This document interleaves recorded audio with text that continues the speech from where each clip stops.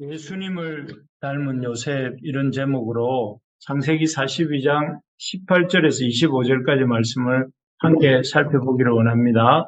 어제 우리는 17세 청년 때 꾸었던 요셉의 꿈, 두 가지죠. 형들의 볕단이 요셉의 볕단에 절하는 꿈과 형들을 상징하는 별들이 요셉의 품으로 쏟아져 안기는 그런 꿈을 꾸었는데 그 꿈들이 20여 년 만에 이루어지는 것을 보았습니다. 그 꿈들이 이루어진 것은 이제 형들에 의해서 은 20개에 애굽으로 팔려와서 보디발의 집에서 종살이, 옥살이를 거쳐서 마침내 애굽의 총리가 된 이 요셉을 형들이 만나는 것을 통해 이루어집니다. 이를 통해서 우리는 어제 말씀드린 것처럼 하나님께서는 그 꿈꾸게 하신 것, 또 약속하신 바를 반드시 이루시는 하나님, 또 보여주신 것을 정확하게 이루시는 신실하신 하나님이다 하는 것을 우리가 볼 수 있었습니다. 때문에 우리도 이 약속하신 바를 반드시 이루시는 하나님, 또 그 보여주신 바를 정확하게 이루시는 그 하나님을 믿고 믿을 수 있어야 되겠습니다. 그래서 그 하나님을 믿을까 말까, 또 순종할까 말까 하면서 이렇게 고민하지 마시고 약속을 믿음으로 확신을 가지고 살아가는 저와 여러분들이 될 수 있기를 소망합니다. 지금 우리가 어떤 문제 때문에 혹시 고민하고 있습니까? 하나님의 그 약속하신 바를, 우리에게 약속하신 바를 요셉에게 이루셨던 것처럼 반드시 이루실 것을 믿을 수 있어야 되겠습니다. 우리 인생의 역사는 참 하나님께서 그 약속하신 대로 그 합력하여 선을 이루시게 될 것을 우리가 믿어야 되겠습니다. 그리고 이 사실을 믿음으로 우리가 담대하게 참 희망을 가지고 소망을 가지고 나아갈 수 있기를 간절히 소망해 봅니다. 오늘 본문은 요셉이 그렇게 20년 만에 만난 형들을 대하고 있는 모습입니다. 요셉은 그 형들을 대할 때에 총리로 총리답게 어떤 권위를 가지고 대하면서 그렇게 조심스럽게 또 형들을 대하고 있는 모습을 볼 수가 있습니다. 두 가지 장면이 오늘 본문에 크게 나오는데요. 첫 번째 장면은 형들에게 만약 정탐꾼이 아니라면 한 가족이라도 정탐꾼이 아니고 한 가족이라면 한 사람만 남기고 나머지는 다 고향으로 돌아가라 하는 것입니다. 그래서 돌아가서 그들이 요셉에게 한 명 더 있다고 말했던 그 막내 동생을 데려오라고 이렇게 이야기합니다. 우리 19절, 20절을 한번 읽어볼까요? 너희가 확실한 자들이면 너희 형제 중 한 사람만 그 옥에 갇히게 하고 너희는 곡식을 가지고 가서 너희 집안의 굶주림을 구하고 너희 막내 아우를 내게로 데리고 오라. 그러면 너희 말이 진실함이 되고 너희가 죽지 아니하리라 하니 그들이 그대로 하니라. 이렇게 말하고 있습니다.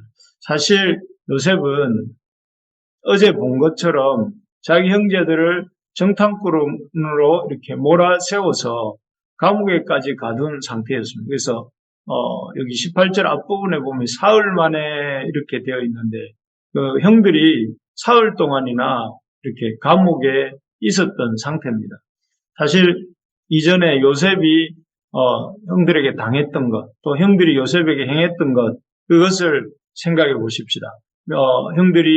이 형들에서 요셉이 당한 일이 무엇입니까? 미움당하고, 또, 이 몸값을 받고 이렇게 노예로 팔리고, 또 팔려서 이 보디발의 집에서 종살이 하고, 또 그 억울함을 써서 그 왕의 감옥에 갇혀서 옥살이를 한 것들을 생각해 보면 그 모든 시작점에 형들이 자신을 미워하고 판 것으로부터 시작되었다는 것을 생각하면 요셉이 형들을 정탐꾼으로 몰아세우면서 감옥에 가두고 3일씩이나 그것도 두렵게 만드는 것은 참 심한 것이 아니다 싶습니다.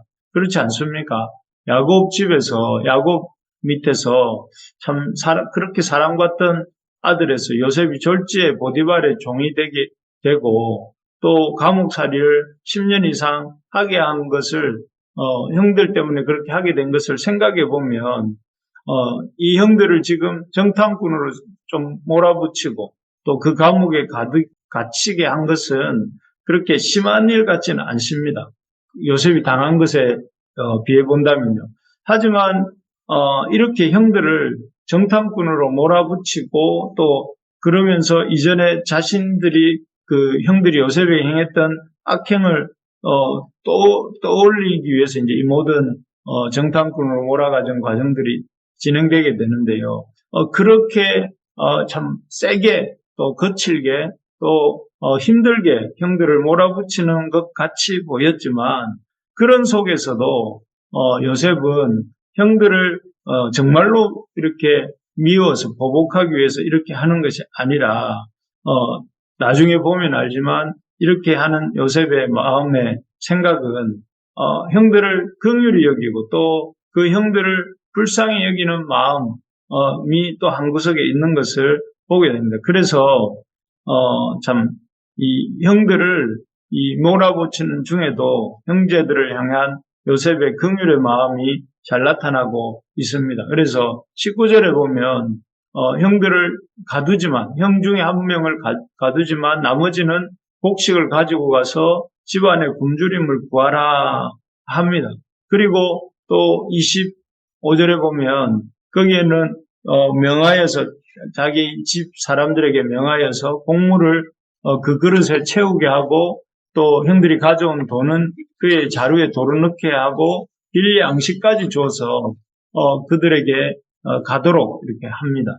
그야말로 이 모습은 보면 비록 형들을 거칠게 또 무섭게 몰아붙이는 것 같지만 그 와중에도 형들의 가족들, 남겨둔 가족들 를 배려하고 또 그런 가운데 참 형들의 그 길 가는 동안에 양식까지도 걱정하면서 또 이렇게 그 걱정한 것들을 채워주면서 행하고 있는 그런 모습입니다. 정말 그렇습니다. 이것이 형들을 향한 요셉의 진짜 마음이었는지 모릅니다. 마음이었을 것입니다. 그래서 형들은 비록 자기에게 악으로 대했지만 자신은 그 형들의 악에 대해서 선으로 베풀고 있는 그런 모습이라고 할 수 있겠습니다. 그리고 또 이러한 요셉의 마음은 요셉의 마음인 동시에 죄인인 우리를 향한 우리 구주 예수 그리스도의 마음이기도 합니다. 우리 주님이신 예수님께서는 요셉이 형들과 그 가나안의 가족들을 생각하고 불쌍히 여겼던 것처럼 참 우리 주님께서도 우리 죄악됨과 악독함에도 불구하고 버리지 않으시고 긍휼히 여기시고 도와주시는 하나님이십니다. 그래서 마치 우리가 아버지의 유산을 받아가지고 먼 나라에 가서 허랑방탕 다 써버리고 돌아오는 둘째 아들 같을 때가 많지만 둘째 아들 같지만 그 아들을 아무 조건 없이 참 환대하여 주셨던 탕구 하나님 참 인색함이 전혀 없으신 아주 이렇게 이 인자함이 다함이 없으신 그런 하나님이시다 하는 것입니다. 우리가 이 사실을 알고 참 우리를 향해 긍휼에 넘치는 사랑으로 베풀어 주시는 그 주님께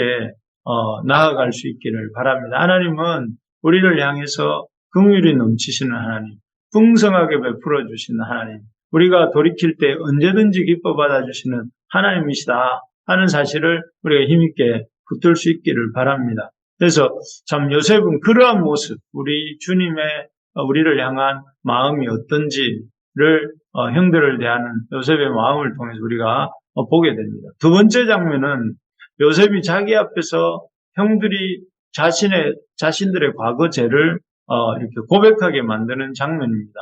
21절, 22절을 한번 읽어볼까요? 그들이 서로 말하되 우리가 아우의 일로 말미암아 범죄하였도다. 그가 우리에게 애걸할 때에 그 마음의 괴로움을 보고도 듣지 아니하였으므로 이 괴로움이 우리에게 임하도다. 르우벤이 그들에게 대답하여 이르되 내가 너희에게 그 아이에 대하여 죄를 짓지 말라고 하지 아니하였더냐. 그래도 너희가 듣지 아니하였느니라. 그러므로 그의 핏값을 치르게 되었도다 하니 라고 되어 있습니다. 여기 보면 요셉의 형들은 정탐꾼으로 몰려서 꼼짝없이 가나안 땅으로 가서 막내 동생 베냐민을 요셉에게 데리고 와야 될 처지가 되었습니다. 그러지 않으면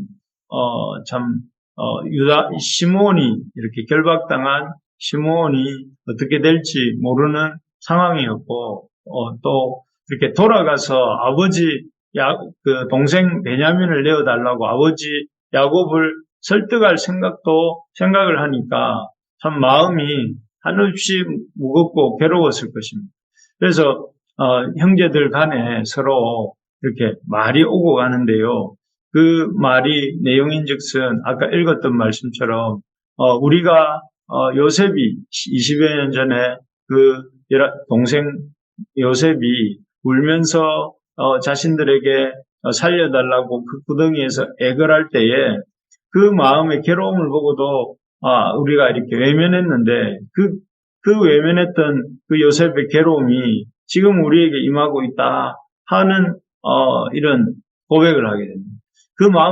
이 형제들의 마음속 깊은 곳에는 그 동생 요셉에게 자신들이 행했던 그 일에 대한 그 일을 기억하고 늘 마음 아파했던 것 같아요. 마음에 힘들어했던 것 같고 또 그런 참 생각들을 아프게 안고 살아가고 있었는데 지금 이렇게 애굽의 총리 앞에서 막내 동생을 데려오라고 하면서 계속 추궁을 당하고 계속 어려운 상황에 이렇게 직면하면서 이들의 마음속에 20년 전에 자신들이 팔았던 요셉이라는 동생의 생각이 계속 나는 것이죠. 그리고 게다가 르벤도 22절에 보면 그렇게 말을 합니다. 너희가 죄를 짓지 말라고 내가 했는데 듣지 않았기 때문에 그 핏값을 치르게 된다고 이렇게 따끔하게 지적을 하죠.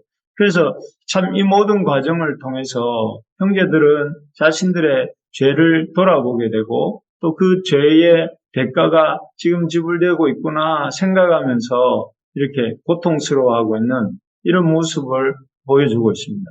참으로 20년이라는 세월이 참 짧은 시간이 아닌데 그런 세월이 지났음에도 죄와 죄로 인한 고통은 형제들의 가슴 속에 여전히 살아있다는 것을 보게 됩니다. 그리고 이 죄의 문제는 20년이 아니라 30년, 40년, 평생을 가도 이렇게 사라지지 않을 문제인데, 그렇기 때문에 이 문제를 해결하지 않고는, 이 죄의 문제를 해결하지 않고는, 이 형들의, 참, 마음에, 요셉과의 관계도 그렇고, 형들의 마음도 그렇고, 회복될 수가 없었던 것입니다. 그래서 요셉은 이 죄 문제를 다룹니다. 그래서 복수가 아니라 요셉이 하려고 하는 것은 복수가 아니라 자신을 이렇게 팔아버린 형들이 자신들의 죄를 깨닫고 또 그것을 고백하고 회개하고 이렇게 관계가 회복되기를 회복되도록 돕기 위해서 형들을 정탐꾼으로 몰면서 또 그 형들에게 있다고 하는 막내 동생을 보자고 하면서 이렇게 상황을 힘들게 형들의 입장에서 볼 때 몰아가고 있는 것입니다. 그렇습니다. 우리가 참 하나님 안에서 진정한 평안을 누리려면 죄로부터 우리가 가지고 있는 죄를부터 노임을 받고 또 그 죄를 정결케 하시는 그 주님을 만날 때 우리가 가능한 것입니다. 이 아침에 우리가 앞에서도 찬양했던 것처럼 주의 피로 이룬 샘물에 대한 찬양을 우리가 하지 않았습니까? 했던 것처럼 우리 주님 앞에 주님이 용서하시는 그 주님의 보혈로 이루신 샘물은 깊고 넓은, 그래서 구원하는 능력이 크신 능력이 있는 그런 샘물입니다. 그렇기 때문에 이 샘에 우리가 나아가서 우리의 죄의 참 모든 것들을 고백하고 또 나타낼 때에 주님께서 깨끗이 씻겨 주시고 또 새롭게 하신다 하는 사실을 우리가 붙들 수 있어야 되겠습니다. 그래서 우리가 이 시간, 이 아침에 기도할 때에 오늘 아침에 주님이 특별히 생각나게 하시는, 아니 평소에 우리의 마음속에 있으면서 참 늘 찝찝했던 그런 어떤 죄에 대한 문제들이 있다면 우리 이 시간 다 같이 주님 앞에 고백하고 토설하고 회개하는 시간을 갖기를 원합니다. 그렇게 할 때에 우리가 매 주일마다 이렇게 듣는 말씀이죠. 요한일서 1장 9절. 만일 우리가 우리 죄를 자백하면 그는 미쁘시고 의로우사 우리 죄를 사하시며 우리를 모든 불의에서 깨끗하게 하실 것이요 라고 우리가 죄사함의 선포를 듣는데 그런 죄사함이 이 아침에 일어나게 될 줄로 믿습니다. 그래서 참 이 모든 불의로부터 과거와 현재에 또 앞으로 짓게 될 모든 죄를 깨끗하게 사하여 주신 우리 주님의 그 은혜를 힘있게 붙드는 이 아침이 될 수 있기를 소망합니다. 말씀을 맺겠습니다. 오늘 이 두 장면을 통해서 요셉이 형들을 나르는 두 장면을 통해서 우리가 깨닫게 되는 것이 무엇입니까? 첫째는 하나님의 긍휼입니다. 심판 중에도 우리를 배려하시는 그 형들을 참 이렇게 책망하는 중에도 형들과 그 가족을 배려하고 있는 요셉의 모습처럼 하나님께서는 우리에게 이 심판 중에도 긍휼을 베푸시는 긍휼의 하나님이시다 하는 것과 두 번째로는 하나님께서는 우리가 우리의 죄를 고백하기를 원하시고 그렇게 죄를 고백할 때에 깨끗이 사함을 주신다는 것을 기억하면서 이 시간 이 두 가지를 붙들고 같이 기도하면 좋겠습니다.